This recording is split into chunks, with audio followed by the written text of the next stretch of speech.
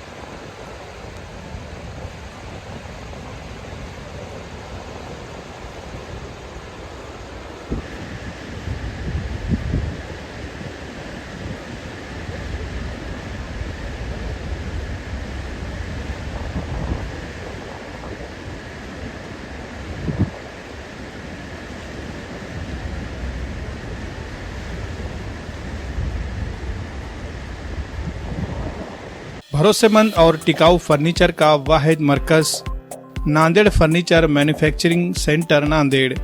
यहाँ वाजबी दाम पर मियारी और उम्दा क्वालिटी का फर्नीचर दस्तयाब है। तजुर्बेकार और माहिर कारीगरों के जरिए सागवान और इंडियन वुड इसी तरह एक्रिलिक से बने हर तरह के फर्नीचर तैयार किए जाते हैं, जिसमें पलंग, सोफा, अलमारी, दीवान, टी टेबल, डाइनिंग टेबल इसी तरह रूम सेट ऑर्डर के मुताबिक तैयार किए जाते हैं। हम अक़साम के डिज़ाइन जिसमें अरबिक डिज़ाइन, तुर्की डिज़ाइन और क्लासिक डिज़ाइन में फर्नीचर तैयार किए जाते हैं।